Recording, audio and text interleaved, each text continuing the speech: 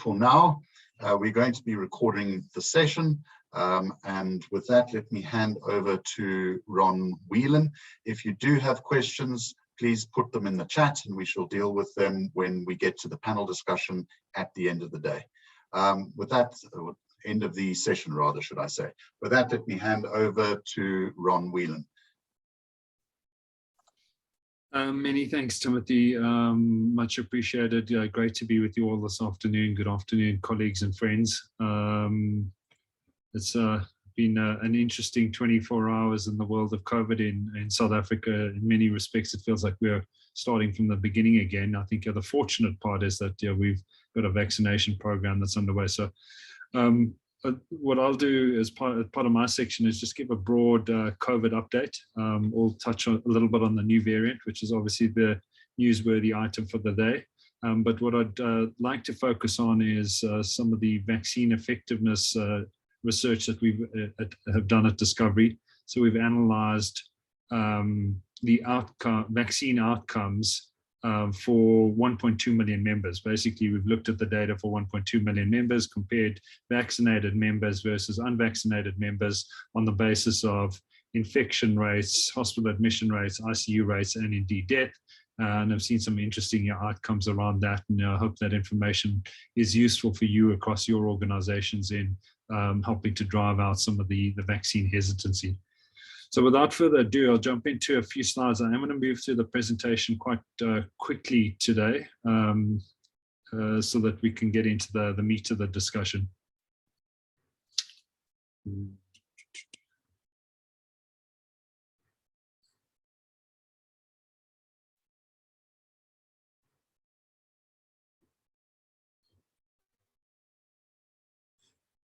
Okay, let's get going. So 3 quick sections: a pandemic update, a vaccine program update, and vaccine safety and effectiveness. We jump straight into the pandemic update. So you'll notice in the media last couple of days, we've now identified a new variant in South Africa, also picked up in Botswana and also picked up in Hong Kong through a South African traveler to Hong Kong. I must at the outset of this say that this is a variant under exploration by the WHO, so it's not even yet classified as a variant of interest or a variant of concern. Obviously, the variant has a number of mutations to it, which would likely put it into a category of a variant of concern, but we're very, very early stages having identified this particular variant, and there's a lot more work that needs to happen in scientific circles around this variant. All of the data and information you're seeing on the new variant now is lab-based work and outside, a study of the gene sequencing. So we don't have any real-world data on how the variant is manifesting from a clinical perspective. This is a very, very important point to make at the outset of this webinar. There's quite a lot of panic and confusion across South Africa at the moment. Please bear in mind that the information that has been shared, including the information I'll share with you today, is lab-based, outside-in analysis of the genetic sequence of the variant. There's no clinical basis for this at this stage. We'll obviously watch this closely over the coming days. At a high level, I think, as I said, they've looked at the genetic sequence. What we found across this variant is 32 mutations in the genetic sequence. Some of those mutations are more concerning than others. So there are some mutations on the spike protein. You know that the spike protein is the piece of the virus that attaches itself to your cells. And any mutation in the spike protein we're always concerned about because it affects the way the virus attaches to cells. It's also that the vaccines are developed against to combat the spike protein. So there are some mutations on the spike protein. You'll notice that there's about 9 mutations in and around this area in the genetic sequence. The second place that there are some concerning mutations is at this point here. It's called the S1, S2 fern cleavage site. And what that particular genetic sequence deals with is the capability of the virus to enter into cells. So it potentially could signal that the virus is increasingly transmissible. But as I said, these are all speculations at the moment around the genetic sequencing and some of the signs we see from prior genetic sequencing. We need to see how this will manifest clinically. We're obviously worried clinically from three aspects here. The first one is, will it be more contagious?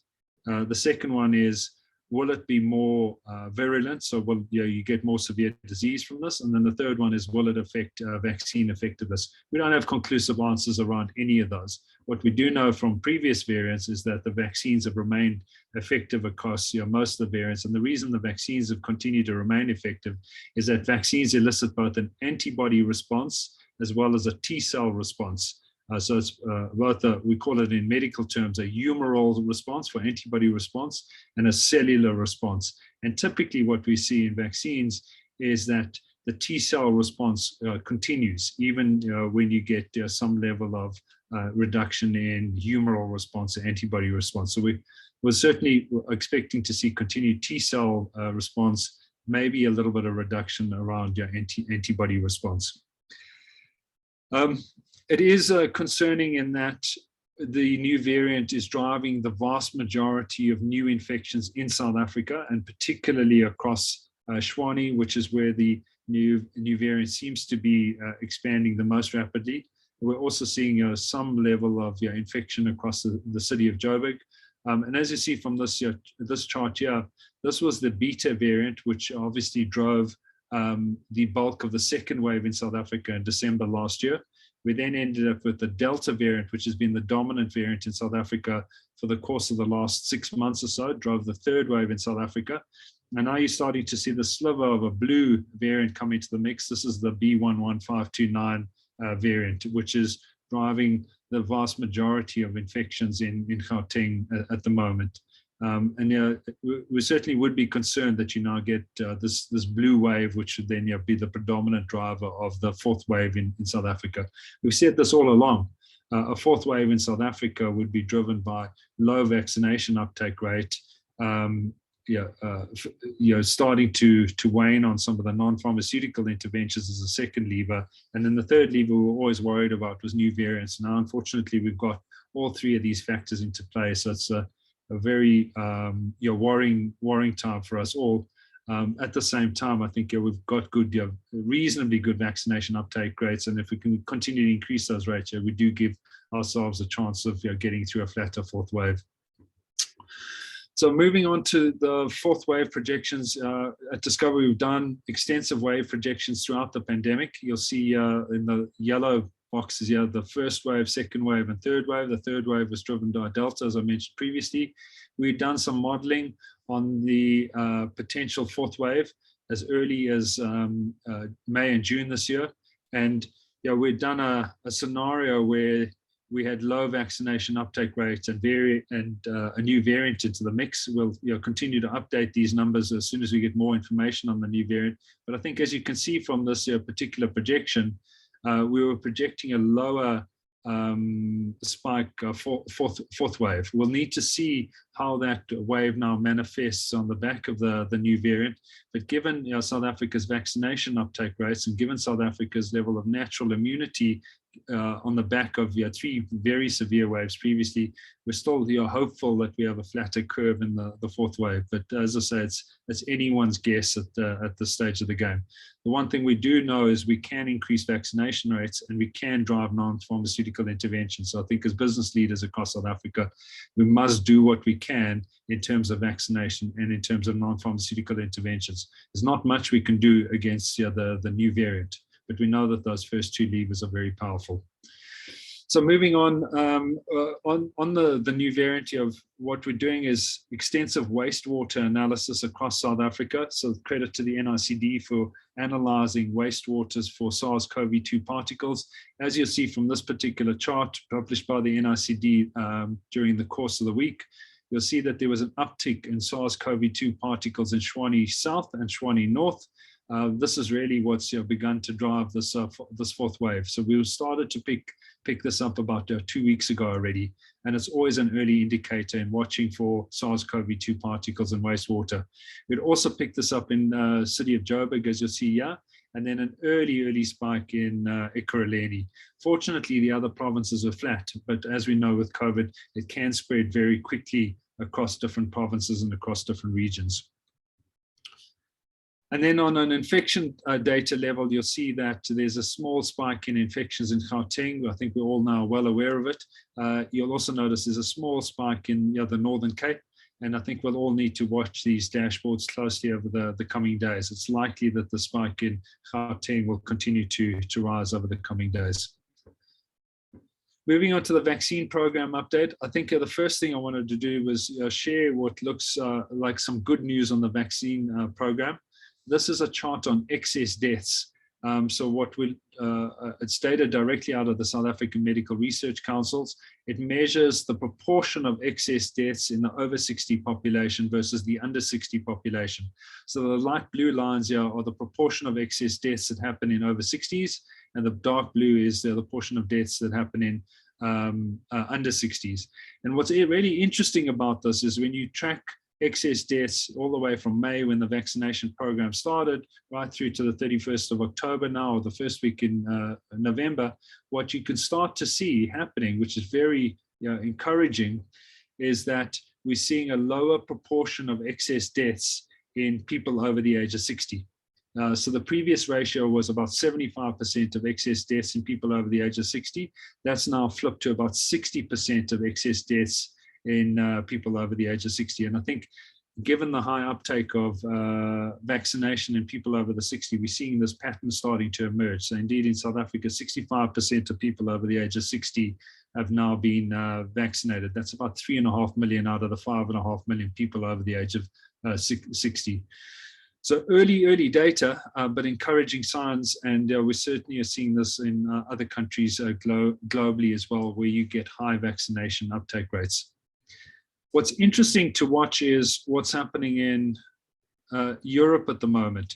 Europe is a fascinating situation to be watching, and there are many factors at play driving the different outbreaks across the different European countries. But I wanted to share with you the latest data on vaccination uptake in Europe and how this is ostensibly driving some of the outbreaks across Europe at the moment.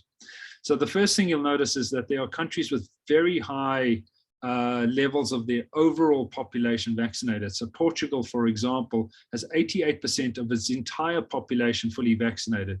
Spain, 80% of its entire population. I specifically use the word entire population in that you need high vaccination levels not only across adults, you need it across the entire population to prevent spread of infection. Much of the data that's been quoted nowadays is the percentage uptake in adult populations. This is entire populations. So when you look at these countries here where there are high levels of the entire population vaccinated, you can see what happens in terms of the deaths per million population. You see that they remain relatively flat on the left-hand side of this picture. So countries like the Netherlands, Norway, Portugal, Canada, and so on and so forth.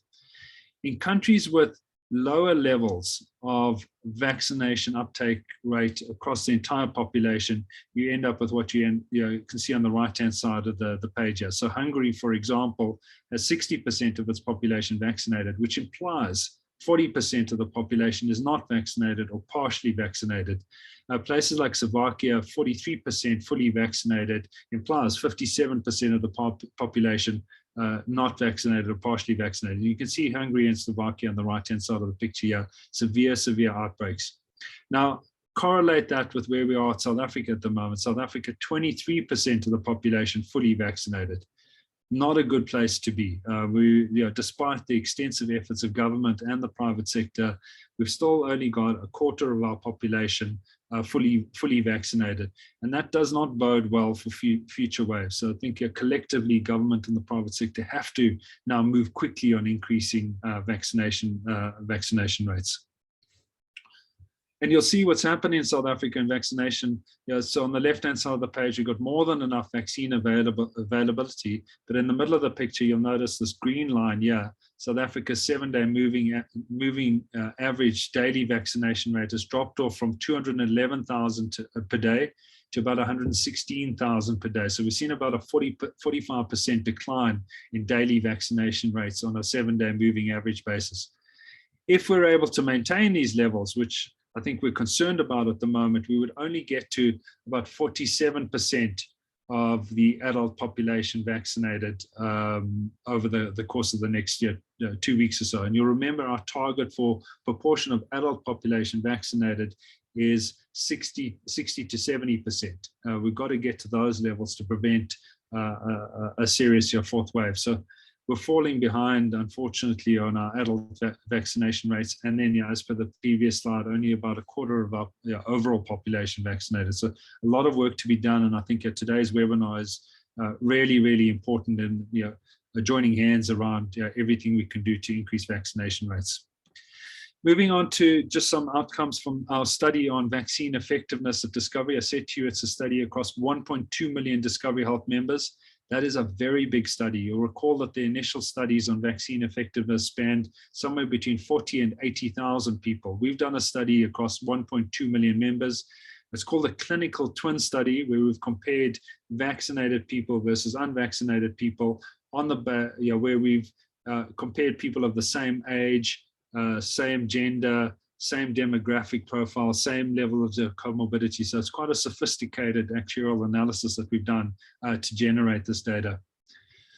This study happened right in the middle of South Africa's third wave. It was data across May, June, July, and August, which means that it's a real-world study in our own backyard. And most importantly, a study that's against the Delta variant. You'll know that the third wave was driven by the Delta variant. So it's a very, very applicable study for us to be sharing with our employees and our clients across South Africa. What we found out of this was a 79% reduction in infection risk, vaccinated populations versus unvaccinated populations, a 92% reduction in admission risk in the rare event that you get a breakthrough infection, and a 94% reduction in mortality risk. Very, very powerful insights, and I think it demonstrates conclusively the effectiveness of the vaccines, definitely against the Delta variant in a severe third wave in South Africa. And we certainly would be hopeful that this effectiveness continues through this new variant, but we'll analyze this over the coming weeks or so. What we also found out of the study is you get about 45% effectiveness after the first dose. So these blue bars here are the vaccine effectiveness post first dose Pfizer. It starts about 14 days after the first dose. You see how the effectiveness levels climb here. It plateaus at about 45 to 50%. You then get a further bump up in the green bars here after the second dose. And most specifically, 14 days after the second dose of the Pfizer vaccine, you start to bump up to effectiveness levels of somewhere between 85 and 87%. This is why it's critically important that people get the second dose as well. The first dose gets you great levels of protection, but not quite there. The second dose really bumps you up to much, much better levels of protection. The vaccine is equally effective across different age bands, as you see on the left-hand side of the page here. The only place we see a slight drop-off is in people over the age of 80. So about 88% effectiveness in people over the age of 80. Even that's a startling finding when one considers that the flu vaccine in any given year is 40 to 70% effective. Having a vaccine that's 88% effective is I think really a testimony to the work that scientists globally have done in developing these vaccines. On the right-hand side of the page, you'll notice that the vaccine is equally effective across multiple chronic conditions. Slight drop-off in people with 3 or more chronic conditions, but once again, 88% effectiveness, even if you've got 3 or more chronic conditions. And then it's equally effective across men and women, and equally effective across the different chronic diseases, diabetes, HIV, hypertension, chronic obstructive pulmonary disease, and so on and so forth, and equally effective across the provinces. No statistically significant difference on the basis of gender, chronic condition, and provinces. And then just to share with you some of the insights around adverse events, what we're finding in global literature, correlated now with discovery research as well, is that the risk of a severe vaccine adverse event is still in the order of 1 to 2 per million doses. That's roughly the equivalent risk of being struck by lightning in South Africa. So your risk of a severe vaccine adverse event, roughly the same as the risk of being struck by lightning. When one compares that to your risk of dying in a car accident or being murdered in South Africa, I think you would agree that those are measurably higher risks, and we all are at risk of that motor vehicle injuries and unfortunately murder in South Africa as well. And then when you look at the data on COVID in South Africa over the last 18 months, your risk of dying as a result of COVID in South Africa over the last 18 months, 1,810 per million. So a significantly higher risk of dying of COVID than of a severe vaccine adverse event, and indeed car accidents of murder. And then, of course, there's a full range of coverage for any vaccine adverse event, including medical scheme coverage, quota coverage, and the government's got a no-fault compensation scheme in place, which we contribute for every single dose that's delivered in South Africa. A portion of that money goes into that compensation scheme. It works very similar to the Road Accident Fund. And I think, sorry, I'm just stuck on a page. And then the final slide just to share with you is the relative risk of COVID complications versus vaccine complications. This is directly out of the discovery work we've done. Wanted to highlight for you pulmonary embolism. It's a clotting condition. And you can see the incidence of pulmonary embolism in COVID is about 8,871 per 100,000 lives. Compare that with the other clotting incidence for the vaccines. You'll actually see a negative correlation on the Pfizer vaccine. You know that the Pfizer vaccine is not known for clotting conditions at all, and then a very, very small risk of clotting conditions in the J&J vaccine, but a much, much higher risk in COVID infection. And you'll see the same pattern play out across all these other conditions. These are the top 10 complications for COVID.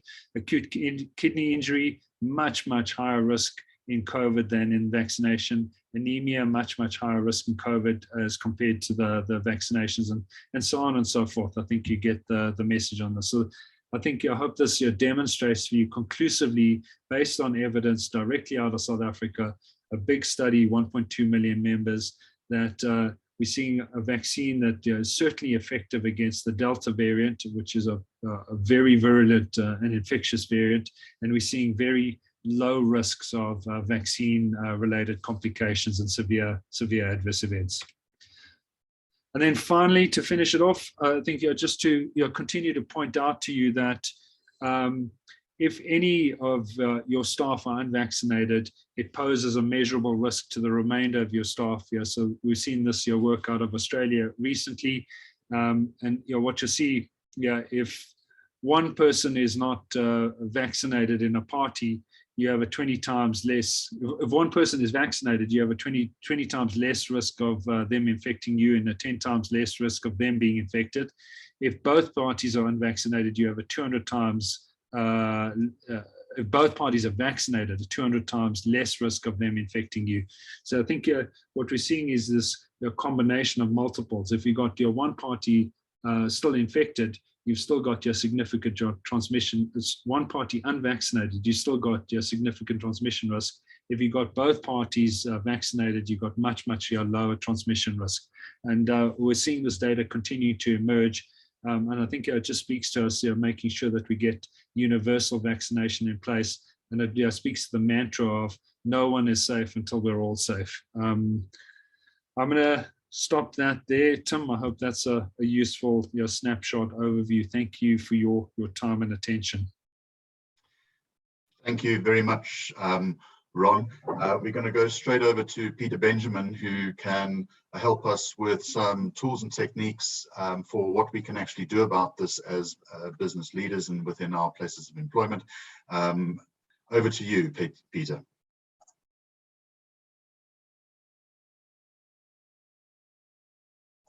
Peter, you may still be on mute, but we can see your screen. Someone had to do that, and apologies that it was me. Thank you so much for the opportunity to speak about this new program called VUMA Vaccination Champions, or VaxChamps for short. We aim to mobilize the nation to vaccinate and control the pandemic. You can think of it as a mass peer education program. And this short presentation now is to invite all the members of Business for South Africa, individual companies, industry associations, to be partners in doing this mass peer education. This is a program from the Department of Health, in particular the Demand Acceleration Task Team. And Pauline Maketa and I are the leaders of this program. And Pauline was going to speak, but unfortunately she was just unavailable now. This program has been launched earlier this month by our health minister, and the ambition is to invite everyone to be an ambassador for vaccination. So we're not just talking about the celebrities and sports stars and Miss South Africa and ministers and so on. We believe that everyone in the country can be part of the team to overcome COVID. We're trying to, if you like, increase the agency of individuals who are on our side. They support vaccination, they want to end, they understand the science, and they're scared, but they don't know how to do it. So we want to enlist the support of, well, the surveys say over half the population in the country to be on our side, to make it clear and visible to everyone in the country that there are people in their neighborhood who they know who are doing the right thing. So the call is to help control the pandemic, protect your friends and family, and be a Vax champ. We have one of the coordinators of the program with us. I'm not sure if Aaron is able to speak, but if you are, please go off mute. Part of this program is to work in all the 11 South African languages. While I'll be speaking to you in English today, we have hired a set of people to speak in, well, all the other languages, so Zulu, Sepedi, Tswana, Venda, and Sesotho, and the others. Aaron, are you with us? Yes, I am, Peter. Thank you. Should I? Okay. Good day, everybody. Good afternoon. I'd like to just add a couple of things here from Comrade Peter's presentations about Vax Champs. Like he has just explained now, this is a large program. We are mobilizing the community so that, you know, in life, it's not just celebrities we trust. It's also the people who raise us, our neighbors, our friends, you know, our mentors. And we would like to tap into that aspect of people for them to become Vax champs so that in turn they can influence people around them. So what is a Vax champ? A Vax champ does about 3 things. The first is to educate themselves. So this is what we expect of every Vax champ. Number 1, that they will educate themselves. They will learn about vaccines. They will learn about COVID. They will learn about the sort of materials that we were getting from Discovery Life just now, about how effective the vaccine is, what goes into making the vaccine, and that kind of vital information. So that's the first thing that a Vax champ does. The second thing is this, that they educate, that they promote vaccination, first at home to their families, to their friends, to their neighbors, in all sorts of ways, you know, on the phone, face-to-mask conversations, as well as on social media. And the third thing is that we expect a Vax champ to be the eyes and ears of the program in the community, to listen into what people are saying, to understand and unpack what are some of the factors that exacerbate the hesitation that we are picking up from people. We used to have a problem of vaccines not being here. Now the vaccines are here. Why are people not vaccinating? So the Vax champ gets that information. Sometimes it's because the messages are not coined correctly. Sometimes it's because there are conspiracy theories, there are religious people who are against it. We will expect that a Vax champ would get that kind of content and share it with us so that it can help us to fine-tune the messaging and to communicate more effectively. So those are the three things that the VaxChamp does. Thank you so much, Aaron. As Aaron just said, it's based on the principle of public health communications, behavior change communications, that actually the most influential people are the ones you already know and trust. So it's wonderful that our president speaks to the nation, and we have all the judges and leaders and religious priests promoting vaccines.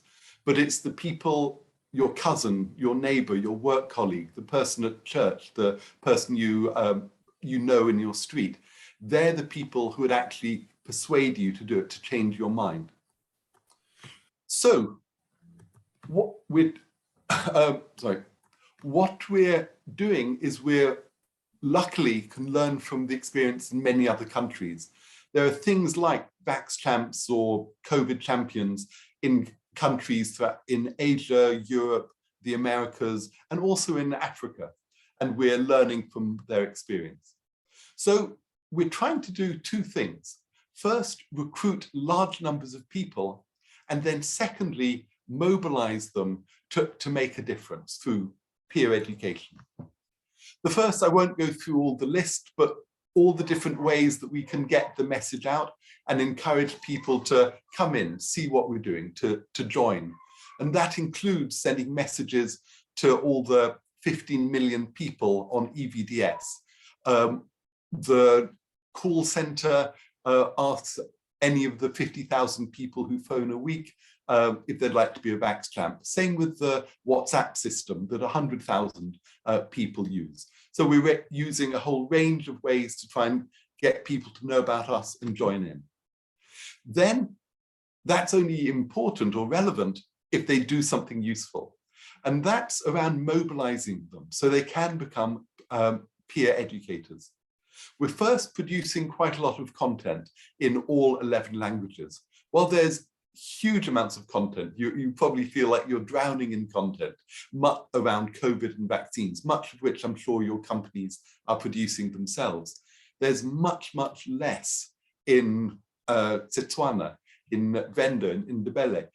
And our job is to get a basic level of knowledge that everyone in the country should know about vaccines and around COVID, and get people throughout the country to know that so they feel confident to speak to their friends, families, neighbors, and give the evidence-based information. We'll be sending out messages to people. We'll be running webinars in different languages from next week. As I mentioned, we're hiring language coordinators like Aaron you just heard from in the whole range of different South African languages. So we'll be going through, if you like, a curriculum with a few programs we're working with who are already doing similar things like this. There's something called the People's Vaccine Campaign. In the Western Cape, there's a Vaccine Ambassadors program, and we're partnering with all of those.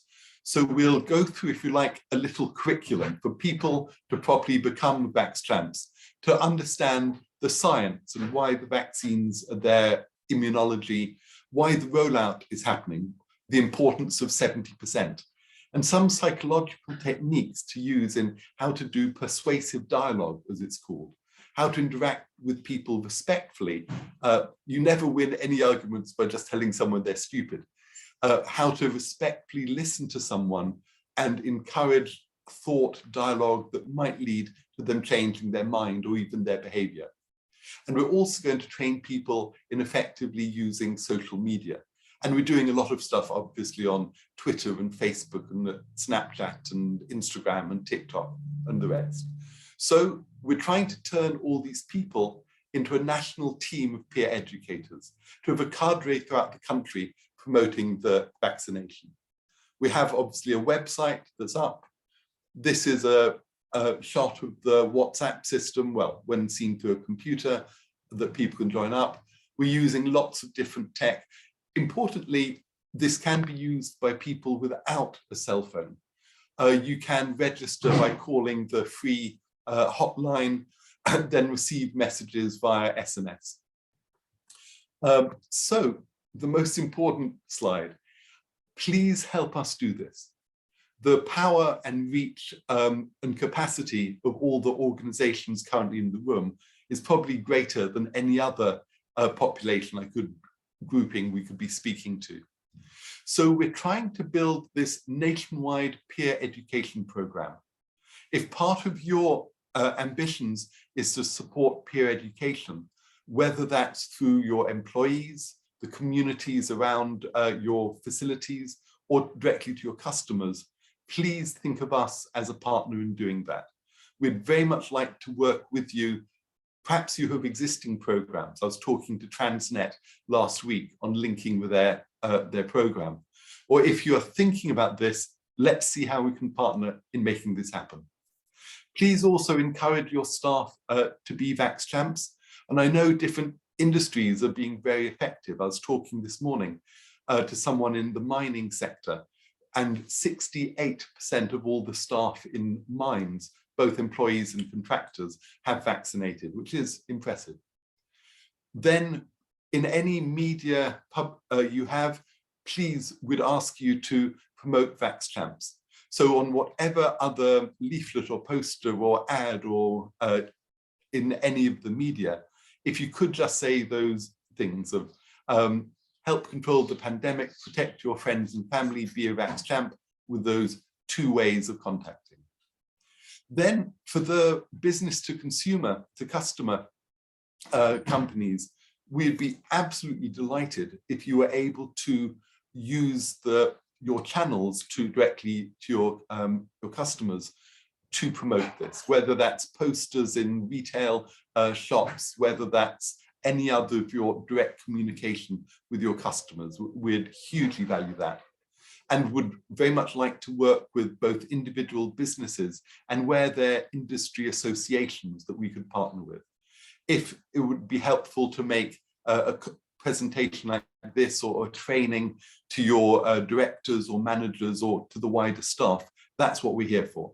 If there's any way we can partner with you, please let us know. And you see my contact details at the end, and I'm very happy to send that to anyone here. Then a final ask, if I'm able to have my wish list. Are there any of the companies and businesses represented here that would be able to give a little sponsorship, which can be branded with your name, brought to you by whichever the company is? And I'm thinking of 2 things. First, some prizes we can give to a Vax Champ of the Week, where we're talking of hundreds of thousands of people. We can't obviously pay them all a salary, let alone a stipend. So when you start multiplying any figure by 100,000, it becomes quite frightening fairly quickly. But we would like to acknowledge the hard work of these people by giving, whether it's 500 Rand or 1,000 Rands of grocery vouchers or cell phone airtime or something like that. And then, if it's possible, we would like to be able to offer to the Vax champs who actually are going to do things on the ground. A lot of this, as you've seen, is through electronic media, trying to encourage people to informally talk to their friends and family, or through social media. But for those people who are really into it, we'll be encouraging people to do actual on-the-ground mobilization, like going door to door or helping out in the boomer vaccination weekends, or a few people going and agreeing to meet at the mall on Saturday morning to give out leaflets or things like that.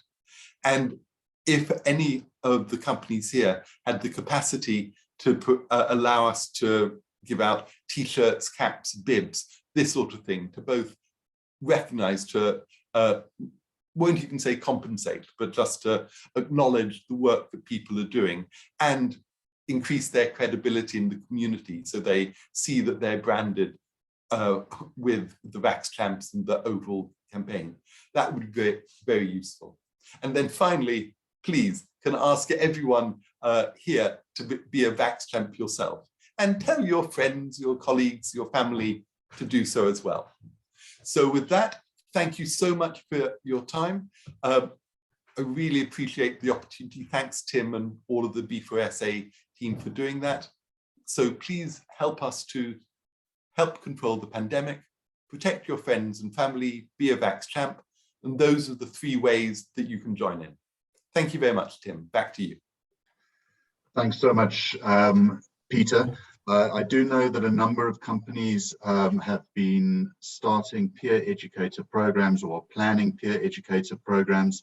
I think the first wave of communication was using the normal communications channels that companies have to their staff, and that the people who are susceptible to those kinds of communications have probably already been convinced. I think we have to be much more creative, and I think the kind of peer education program, which allows people to be convinced face to face rather than through a medium of persuasion, is definitely a mechanism that all employers should be considering, if they aren't already doing so. Let me now hand over to COVID Comms, who also have a range of material and also some insights into what works and what has been proved to work in South Africa in convincing people and educating people about vaccination and about COVID-19 avoidance mechanisms and so on. David, could I hand over to you and to Tessa, please? Thank you very much. Hi, everyone. So today I'm going to go through a brief presentation showing sort of the work we're doing and how we'd like to work more with businesses at the moment. And then following that, we'll show you a bit of our content we've worked on to give an example, and Tessa will then walk you through sort of the content ideas and strategy we have going forward. So I'm going to get straight into it then.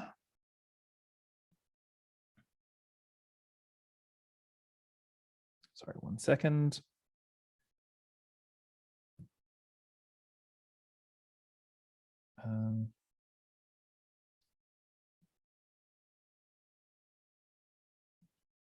All right. Can everyone see my screen? Yes. Okay, cool. I'm going to get started. All right. So this is our a presentation we're going to be doing, basically talking about what we can do together to try and stop the 4th wave, and how businesses in particular can support efforts like those of COVID Comms. To begin with, this is a video which is just going to talk briefly about who we are and the kind of work we do. Meet COVID Comms. We've created an easy-to-use content hub full of useful material about COVID-19 and how to beat it. We make movies. The COVID-19 pandemic has been difficult for all South Africans. We make animations. We make sound clips. Sorry, Wetu driver. Can we please open some windows? But it's still cold outside. Do you want us to get sick from flu? But we need to stop COVID-19. And one of the best ways to do that is to get some fresh air. We make infographics. We work with scientists and medical experts to create our content, and we specialize in plain language and most South African languages. We have information about how to prevent the spread of COVID-19. We have mythbusters that separate science from fiction. We have easy to understand videos about how vaccines work. Kunokuba kusetshenziswe inhlolovo yaleli gciwane ukwenza umgomo, kwasetshenziswa ubuxhakaxhaka obusha obubizwa nge-mRNA ukuze kube lula ukwenza lo mgomo.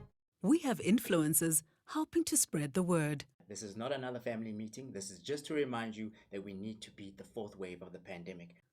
We run campaigns to get people to vaccinate.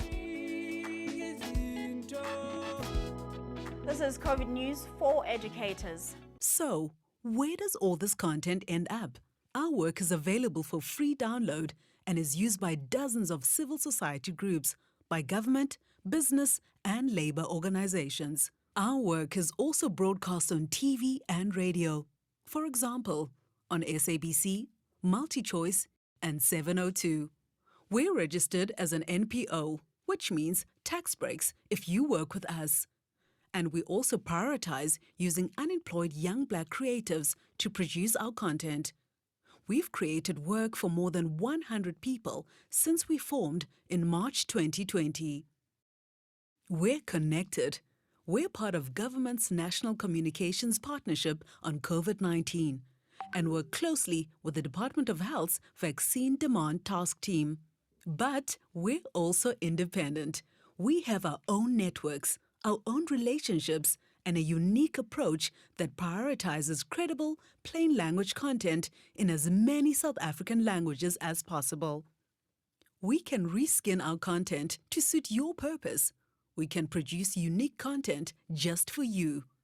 Or you can use our existing material to reach the people who matter. COVID-19 isn't going away anytime soon, and neither are we. South Africa needs credible, plain language mother tongue information so that we can keep building the number of people who are vaccinated and keep spreading the word about hand washing, wearing masks, social distancing, and good ventilation. We all want to get back to living life to the full.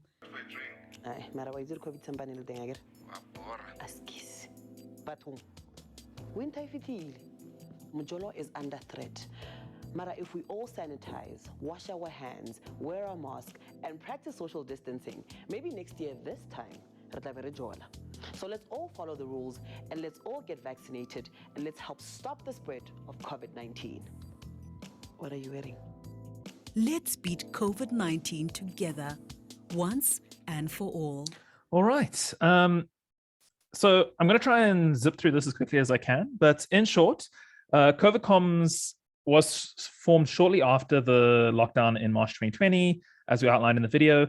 And our core principles since then have been and remain to be to produce credible information products, infographics, videos, and sound files in plain language, in local languages, and that are easy to move on digital platforms.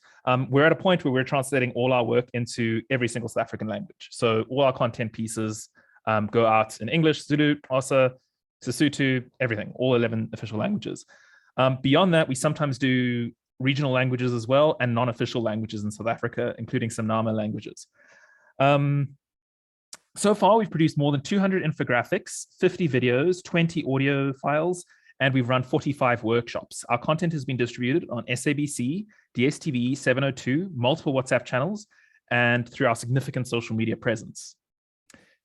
So what are we dealing with at the moment? So our problem statement prior to sort of this meeting and what we're pushing for in December is that there's an opportunity now if we all come together to reduce a fourth wave. Doing so would not only save thousands of lives, but also protect the economy and businesses.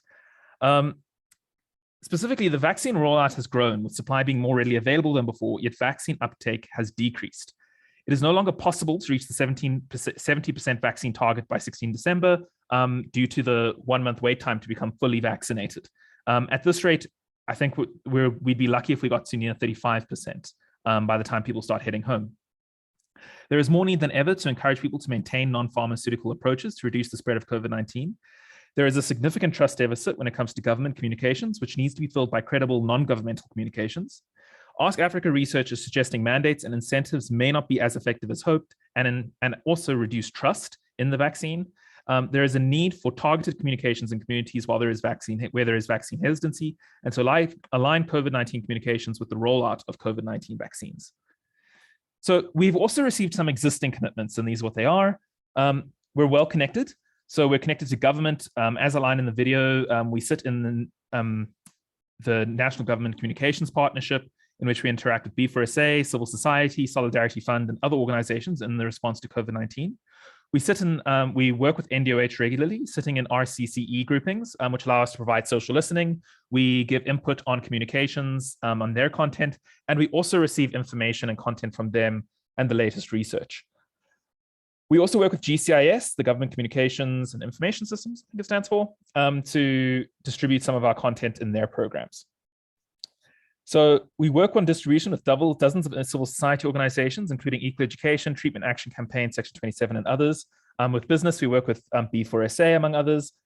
I'll go through the direct work we've done with businesses a bit later. Scientists, we consult with scientists and epidemiologists from various universities. Just this morning, we held a consultation with a number of epidemiologists and researchers regarding the new variant and how we need to communicate on that. And our content, our English versions of that content are going out later today to address some of the myths that have come up already, with translations going out next week. We also consult with the Green Flag Association on non-pharma approaches to prevent COVID-19 transmission. We also work with SDI And they help us with providing supplier and enterprise development points for any supporters of our campaigns. In grant funding, we've received 5.66 million Rand from the Solidarity Fund.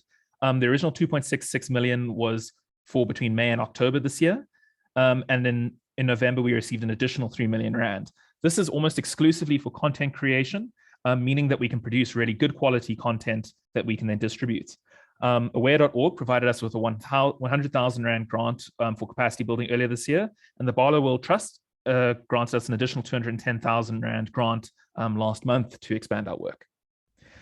We've also partnered with businesses. Isuzu regularly makes use of rebranding our content for products in their factories, facilities, including our infographics and videos. HASA in the past has also rebranded some of our content for use in social media and distribution. And then we did a large project with Discovery in which we produced around 50 graphics, 4 videos, and close to a dozen articles talking about COVID-19, the vaccine and its effects. In terms of media partnerships, we received 1.3 million Rands worth of outdoor advertising space from AdReach. You may see our posters up around the city. They sort of look a little bit like hazard signs, bright yellow. The Association of Independent Publishers, which publishes 150 community newspapers, reaching about 20 million South Africans every month. They're willing to place a full page ad in their magazines once a month at no cost. We will have to cover the printing cost, however, which is relatively negligible. SABC, both news and their entertainment channels, have offered us, so far they've given us about 1.6 million Rands worth of free PSAs on their radio and television channels. Further, they have committed to a minimum of 3-to-1 discount on primetime radio advertising and 2-to-1 on TV. Sorry, that's value add. However, if we are able to secure more funding, they can increase that quite dramatically to higher scales. MultiChoice has also provided us PSAs to the tune of 800,000 Rand this year so far. News24 uses our image graphics and videos in some of their articles on COVID-19, as does Daily Maverick. And then 702 Radio does play some of our PSAs at no cost in their ad breaks.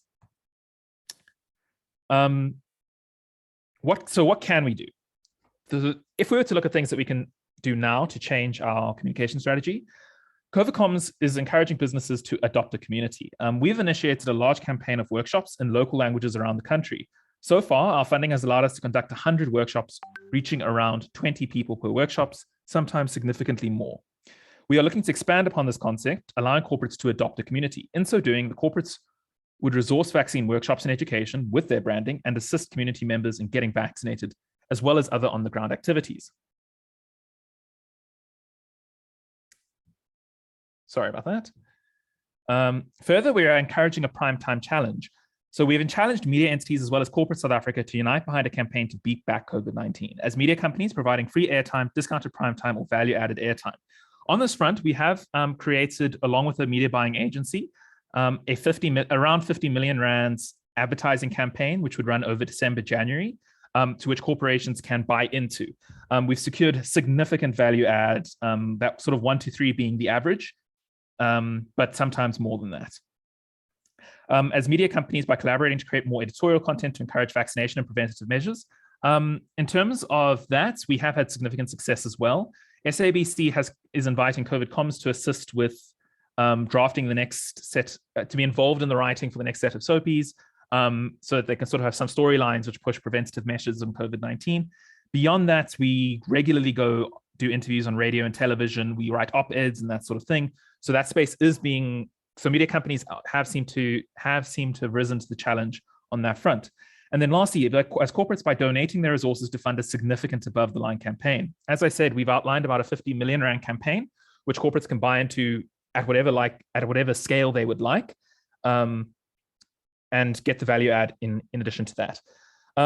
Further, COVIDcomms as a nonprofit organization will provide effective content at low cost, while also placing the ads without any commission. So that means the full amount that is donated to go towards above the line spend would go towards it. Nothing would go in commission to an agency, further increasing the impact of any funds provided.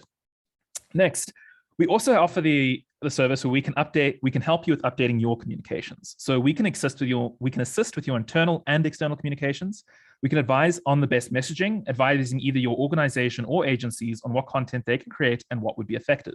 We can also rebrand our existing content in your look and feel or create new content for you directly. We would be happy also to co-brand content with you if you would like to use your existing above the line spend on some of our COVID communications content.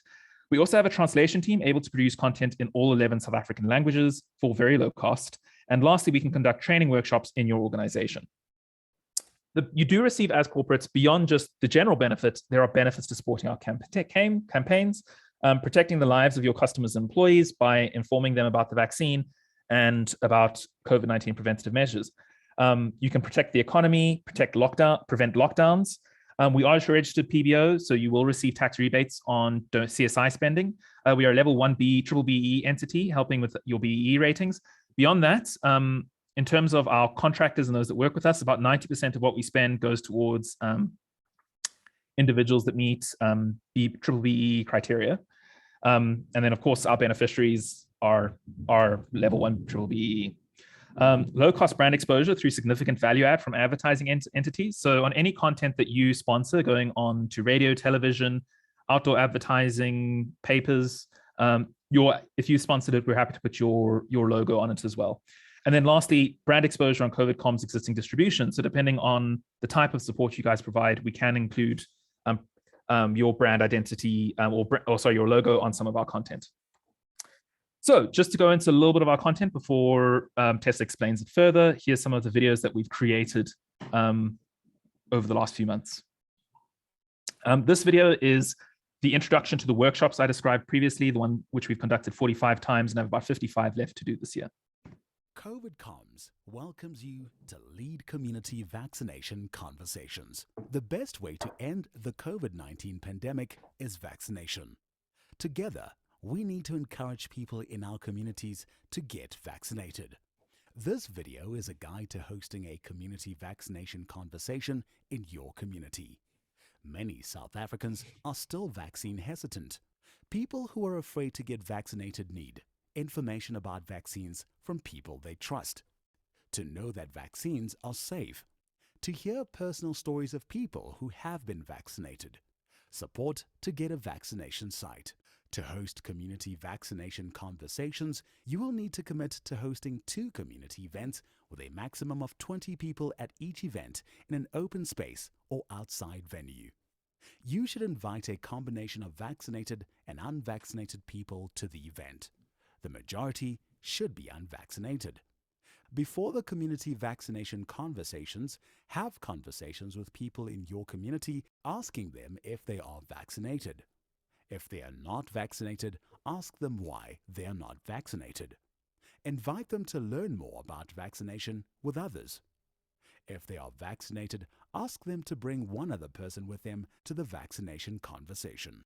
The conversations should happen in 6 steps. Share basic information about COVID-19 and how it has affected South Africa. People need to be reminded of the impact that COVID-19 has had on the country and be encouraged to share with others how it has affected their own lives. Share basic information about the vaccines available in South Africa. Tool 4. If you can, invite a local nurse or doctor. Ask people to write on a paper 3 good or bad things that they have heard about the COVID-19 vaccines. Collect the papers and read the answers. Ask people to comment on some of the facts and some of the things that are not true. Read out the fears versus facts list in Tool 4 and ask people if they can identify some of the fears and facts that they have written down. Share your own vaccination experience and invite 2 other people in your community to share their stories as well. Ask people if anyone wants to get vaccinated but would like to talk more about it alone or would like to get vaccinated.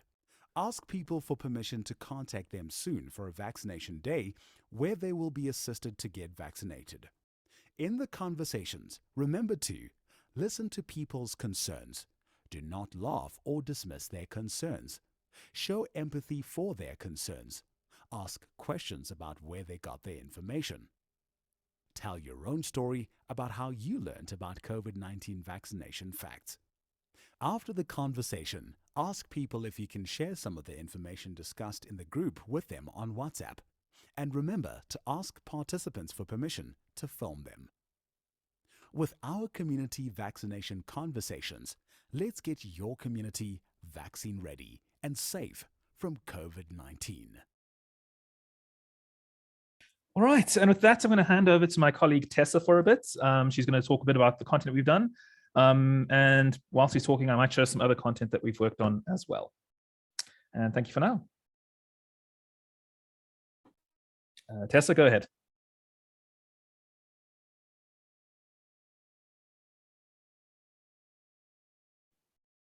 Tessa? Tessa, you may be on mute if you're speaking.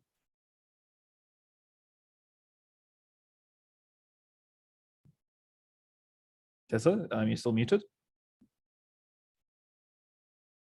All right, while she tries to sort that out, I'll just play another video quickly of some other content we've done. Just share sound as well, one moment. COVID Comms welcomes you. If we want to fight the disease, we have to do something to cope with it.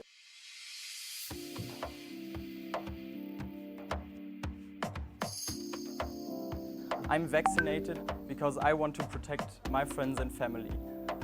My young body can probably outstand the COVID disease, but with the vaccination, I feel more safe. So for me, it was always clear that I want the vaccination, and when it was suddenly there, I needed to get it as fast as possible to protect the weak ones, to protect my loved ones. So for me, if I hear the myths about COVID, I feel very sad about it, because many people just tell untrue stories, and they get spread very fast because we all don't know every answer to this new disease. But at the same time, we can't know all the answers to every question every moment. So if we want to fight the disease, we have to do something to cope with it, and a vaccination is the first thing that comes in my mind. So getting the vaccination is not just for me or for my health, but also for everyone around me.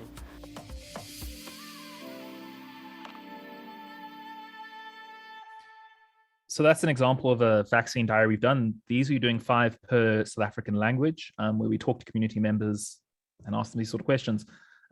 Tessa, are you back? Are you able to speak yet, or are you still having technical difficulties? I'm able to speak now. Thanks, Dave. Fantastic. Go ahead. So, hi, everyone. So I just wanted to speak about a few things around particularly our asks with regard to the community conversations and the adopting of a community, the use of the material in our toolkit, and then also what we'll be using that information for in terms of diary, and the ways in which distribution could be assisted both through the primetime channel, but also through your own networks. So for the community vaccination conversations, what we really have been able to do in a very short period of time, we've only started this process in the last month or so, is get young people, young community organizers to bring people together. We've given them content, and we've had the history of now having created content over several months. I saw there was a question about the credibility of the content. The way that we ensure that is that our content is research-based. So I've got a background in sociology as a researcher, but also we have scientific experts that we consult, as David has said. So we have verified the information that we do give out, and that is part of our content pieces that exist already. And we've integrated that into the toolkit. So when people are using the toolkit, they are using information that is verifiable. And where they don't have those answers themselves, they are able to come back to us and say, is there another piece of content? Are there other things that can help me answer these questions in my community? So we're making that very accessible, and we're also doing it in multiple languages. Another thing that we are empowering people with is there's also a glossary that we have on the website that actually translates and almost interprets very scientific language into plain language across all of the jargon that's come out around COVID-19. And that's also translated into all 11 languages. So you have the toolkit, you have all the content that we've created that's curated in the toolkit, and you've got a glossary that really empowers people to go and have those conversations in their communities. Once those conversations are held, we are encouraging people in those communities to then actually do an activation where they will then connect with a health site close by, a vaccination center close by, or get a mobile unit to come to that community and actually get people to that last mile of the way, where a lot of people get stuck, where either because they lose motivation, they don't have the means to get to those facilities, we then empowering people to be able to do that. And it's really at a minimal cost because we are providing a stipend of about 2,000 Rand per workshop that young people have been able to host what I think have been really amazing workshops. I don't know if Dave, you can just put up a few pictures of the workshops that we've already done while I talk about the outputs from the workshops. So the workshops have happened. We get information and social listening from that as well. So we learn about what some of the issues are so we can improve on the tools over time. But we also get from them what we call vaccine diaries. And you saw one of those earlier on. We have a mandate to produce 50 vaccine diaries, which are people talking in different languages, in all 11 languages, about their decision to vaccinate and what is now informing their decision to vaccinate. As Peter said earlier, we believe that people need to hear the stories from people that they trust about why they vaccinated, about the side effects that they experienced, and be encouraged. And we think that between actually doing these workshops and then getting those stories about why people have vaccinated or will vaccinate, we are able to really start counteracting a lot of the misinformation that's coming out with stories of trust from people that are trusted and that are normal South Africans who are taking up the vaccine. And that can also be done in terms of the prime time challenge, can be supported through us getting more of those PSAs on radio, getting more of those PSAs on television. We are able to take those videos and make them audio files for radio purposes. And then they're also small enough and short enough. They're about 30 to 45 seconds to be distributed on social media platforms and even on WhatsApp. And so the more we can get that distribution going around as well, the better. The last thing I'll say about the tools is, besides the fact that we'd like you to adopt a community and resource that community to do these vaccination conversations, the tool is also available for download for any South African. And we will be encouraging South Africans who want to have these conversations around the dinner table with their friends, with their families, to go on and download the toolkit in whatever language that they would like. And have that information available to them as well. So that's another part of kind of an awareness drive that we would like to be able to do and partner not only with organizations, but also with individuals. I think I'll leave it at that for now, Dave, because I think that covers also the primetime challenge to a certain extent, where we really do need to be able to get the content that we're doing out there. I think the one thing Dave didn't probably speak to a lot is the fact that we also have animations that are being produced right now for our holiday season, and live action kind of advertorials that can be flighted immediately on television, and we've got audio clips for radio. Again, the challenge there for us is having enough money to pay for those ad spend, even with the discounts that we have. We've got 3 million Rand from Solidarity to create this content, but putting it out there, of course, is going to take a lot more. And that's really the kind of partnership that we're looking for. Thanks, Dave. Kim, ladies, what happened to Sophie? Hey, COVID. COVID? Hayibo, unamanga. COVID. Wasn't she vaccinated? No, she wasn't. And I told her, hamba your job. But why people don't want to vaccinate? Eh?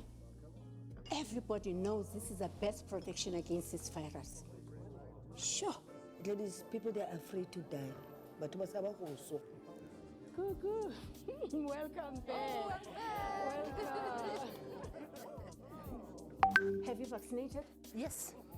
Did you get your jabs? Oh, we are safe. So we're safe? We are protected. Oh, where's Sophie? We cannot have this reunion without her. COVID. Oh no, wasn't she vaccinated? She wasn't. Remember, vaccination is the best way to prevent the spread of COVID-19. This message is brought to you by COVID Comms. Thanks all. That's it from us. So yeah, any questions? Thanks very much, David and Tessa. Could I ask the speakers please to turn your cameras on? We do have a hard stop. I'm going to start off at hard stop at 2:30. I'm going to start off with the questions for Ron. I know you have to go first. I'm just going to read from the chat.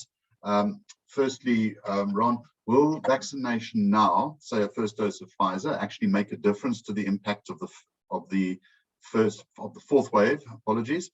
And secondly, if you have a condition that makes you vulnerable, does vaccination nullify that risk? So does it mitigate your vulnerability? Thanks, Tim, much appreciated. So every single dose of vaccine counts. And the reason every single dose of vaccine counts is that the reproductive factor for the Delta variant is 6, which basically means that every person infected with the Delta variant goes on to infect a further 6 people. And you can imagine the exponential effect of that. Yeah, so if you're able to get folks vaccinated, as you would have seen in my slides, you reduce the transmission risk by 80%, or the chance of being infected by 80%. You therefore have less people infected, and you therefore have less transmission risk. So it's critical that we up the vaccination rates. I think it's also worth noting, as you would have seen in the other slides I presented, the countries with higher vaccination rates, upwards of 70+%, are seeing lower levels of infection and are seeing lower levels of death. So every single vaccination we can get into folks' arms, and most importantly, double dose of the Pfizer vaccination, will reduce both infection and death. We are still vaccinating at 110 to 116,000 people a day, which is still a good number, and that certainly eating into the spread of infection. And it's a question of ramping up those numbers. We are, of course, in the tough phase of the pandemic now, where it is marginal gains on this, but I think this is where we really need to be creative. This is where we really need to be addressing the misinformation. And I think many of the communication interventions as discussed in this webinar, whether it's your comms or it's your peer educators, are absolutely critical initiatives for upping the vaccination rate. Insofar as chronic disease, we know that COVID-19 has a disproportionate impact on people living with chronic disease, whether that's HIV, diabetes, hypertension, hypercholesterolemia, and so on and so forth. Absolutely critical for those populations to get vaccinated. The other population, the group that obviously fits into that group as well, are pregnant women. So we know that COVID-19 has a particularly devastating impact on pregnant women, and there's a very simple reason for that. Is when you're pregnant, you go into what's called a hypercoagulable state. It means that you're prone to clotting. We know that in many respects, COVID-19 is a clotting disorder in itself, and that just amplifies the clotting. So critical that people with comorbidities, chronic diseases, and indeed pregnant populations get vaccinated as quickly as possible. The knock-on effect there is that less risk of infection directly then correlates to less risk of transmission. So if you're not infected, you're at pose less risk to those folks around you. We also know that vaccines in general reduce the severity of infection, and by reducing the severity of infection, the implication is it reduces the viral load. And if you've got a lower viral load, then the knock-on impact is that ostensibly you're less contagious as well. So that's one of the other reasons that vaccination is important and powerful. Thanks very much, Ron. I'm going to just stay with the medical questions for now before we get to the questions for David and Peter. There's a question about children's vaccination. So if they do they need to have a second dose?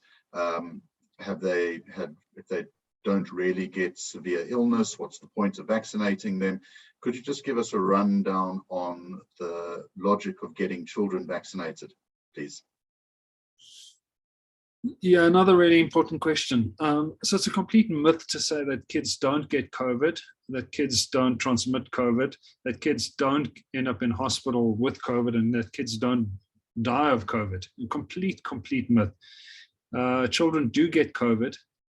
Children do get severe COVID. Children do end up in hospital, and children do die of COVID. Yeah, so Cost Discovery data, as an example, 10% of Discovery Health COVID-19 admissions in the third wave were kids under the age of 17.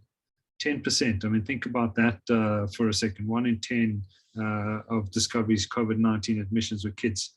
Those could be your kids, my kids, and any other kids of school-going age. We also know that on global evidence that kids are propagators of COVID-19 infection through schools, through social gatherings, social surroundings, and in South Africa, where many people live in multi-generational families and where many kids are being brought up by grandparents and great uncles and aunts, as an example, those kids really pose a risk to the older population. And I think it's just something worth considering in South Africa. I think the third point to raise around kids, and I've come to the realization of this over the last 2 weeks as we've implemented vaccination of kids at scale, is there is enormous anxiety amongst children in South Africa and indeed globally of COVID. Remember, kids have lived together with us through the pandemic. They've seen disease and death firsthand. They're anxious about COVID. And if you speak to kids, you'll hear them talking about COVID in their circles, talking about death and dying, talking about vaccination. And we've certainly, it's been quite interesting across the Discovery vaccination sites, the number of kids that have come in and said, I want to be vaccinated. And the parents have said, look, I'm worried about them getting vaccinated, but the kids have been unanimous around getting vaccinated. So those are maybe a few things to consider in kids vaccination. The data is conclusive globally on the safety and effectiveness of kids vaccination as well.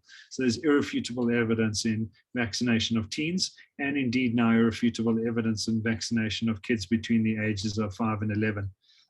Over 3 million children between the ages of 5 and 11 are vaccinated in the US, and we're seeing similar and better safety and effectiveness profiles of the COVID-19 vaccine even in that young age category. Thanks. Ron, there's a technical question up top about the R rate. Your presentation shows an R rate of 1.78 and the reproduction live rate post a national rate of 4.06.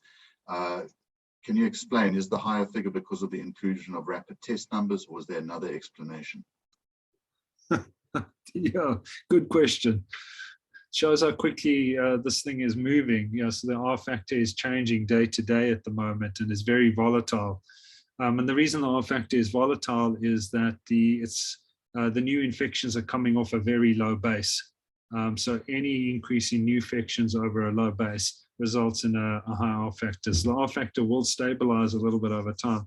I'd like to think of it as a penny stock for those of you who invest in the stock market. If you've got a stock that is 3 cents today and it gains 1 cent overnight, it's grown by 25%.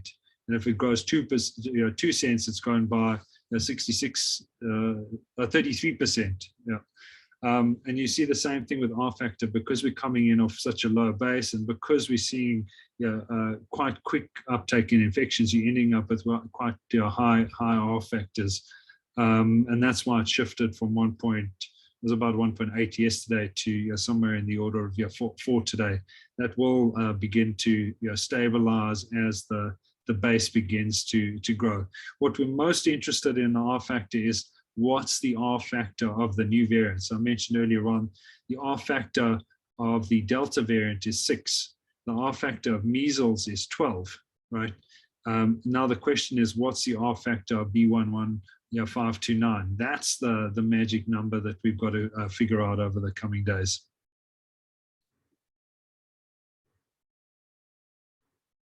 Thanks, Ron. Just one last question still coming through. I know you mentioned it in your presentation, but if we could perhaps just again talk the difference between, there's a lot of confusion about immunity, natural immunity.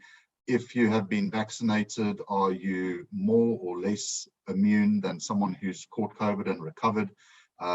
If you could just talk us through that, please. Very, very important question, and lots of questions around immunity following COVID-19 infection versus immunity following vaccination. A few important data points on this. I think the first thing is to acknowledge that you do get some level of immunity coming out of a COVID-19 infection. In fact, you get a reasonably good immunity coming out of a COVID-19 infection. And we certainly saw that in our analysis of the 1.2 million members.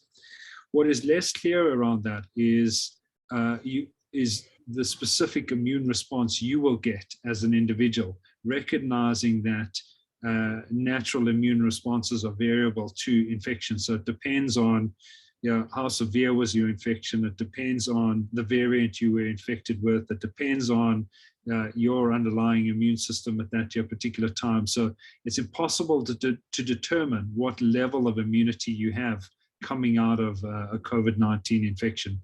Whereas with vaccination, and we know this on the basis of clinical research and trials where we've measured antibody levels and immunity levels, we know that the vaccines give a consistently high level of immune response and a very consistent level across most population groups. So you get just a much more reliable set of immunity post vaccination compared to natural immunity to your prior COVID-19 infection.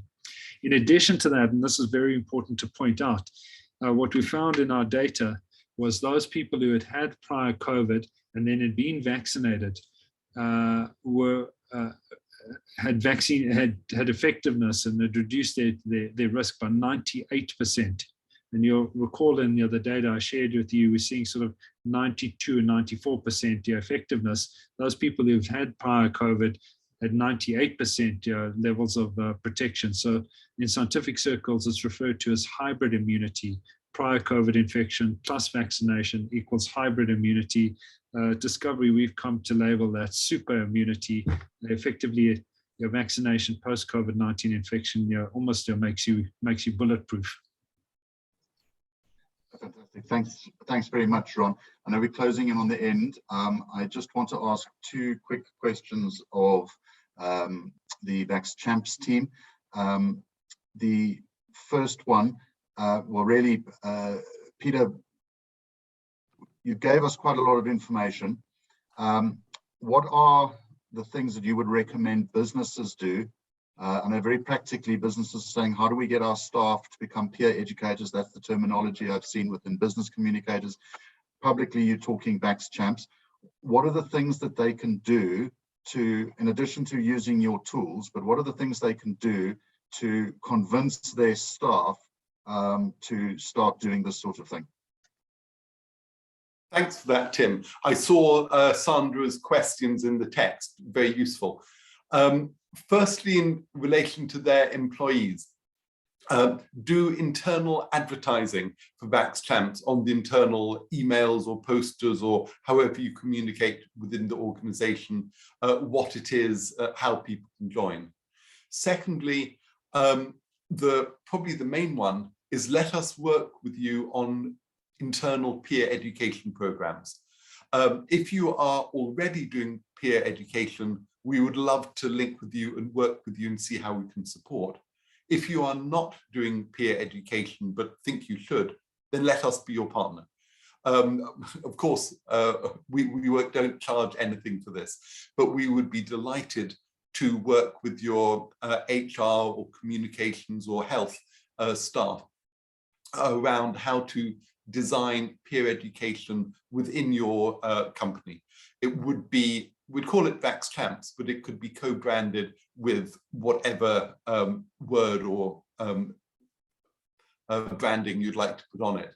And then the third point is we would strongly encourage any of the leaders, the managers, shop stewards, other people prominent within the staff, encourage them to become Vax Champs. And if that's known, that'll much more likely for others to do the same. The second set of questions is, what interventions can the businesses as a whole do? The first that I really would ask is, on any of your corporate communications, can you just have, as one little line towards the bottom of the page, be a Vax Champ with the number and website to join up. So it can be just one line, fairly short. If you can give us a logo, even better, but just, can we piggyback on any of your corporate communications, both internal and public facing? Secondly, if you are able to give any sponsorship, as I said, for the weekly prizes of Vax Champ of the week, or any of those things to acknowledge the people doing work physically on the ground, door to door, or Vuma vaccination weekends. And I'm talking about t-shirts, caps, bibs. And the third one, can you work with us to use your existing influence and respect within the wider industry? If through you, we could talk to other companies, in particular the industry associations, thank you, that'd be hugely valuable for us to try and work with other businesses and corporates in South Africa.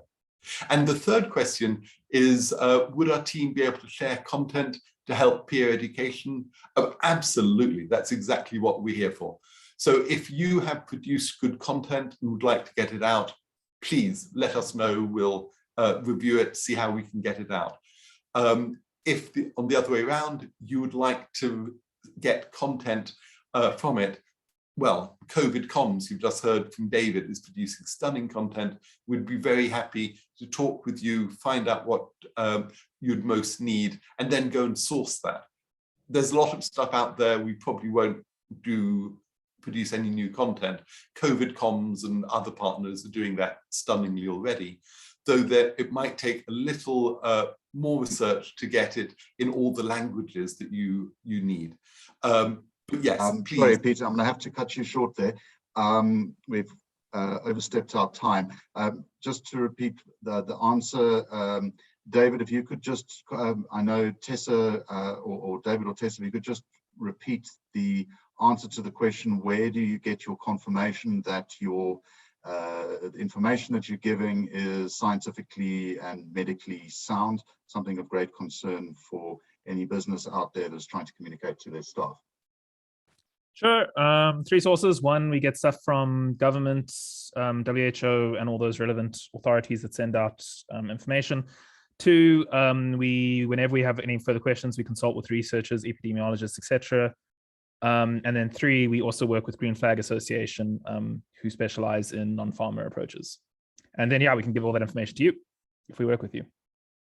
Great. Thank you very much. We're going to end the session now. Thank you, everyone, for joining. We will put the recording on the B4SA website over the weekend or possibly Monday. The information that you've got here, you will be able to use. Please do use the techniques and the material that Vax Champs and COVID Comms have produced. There's no need to be producing it yourself. You can move far more quickly if you use what's already there. Thank you very much, everybody, and have a good weekend. Stay safe. Thanks, everyone. Cheers.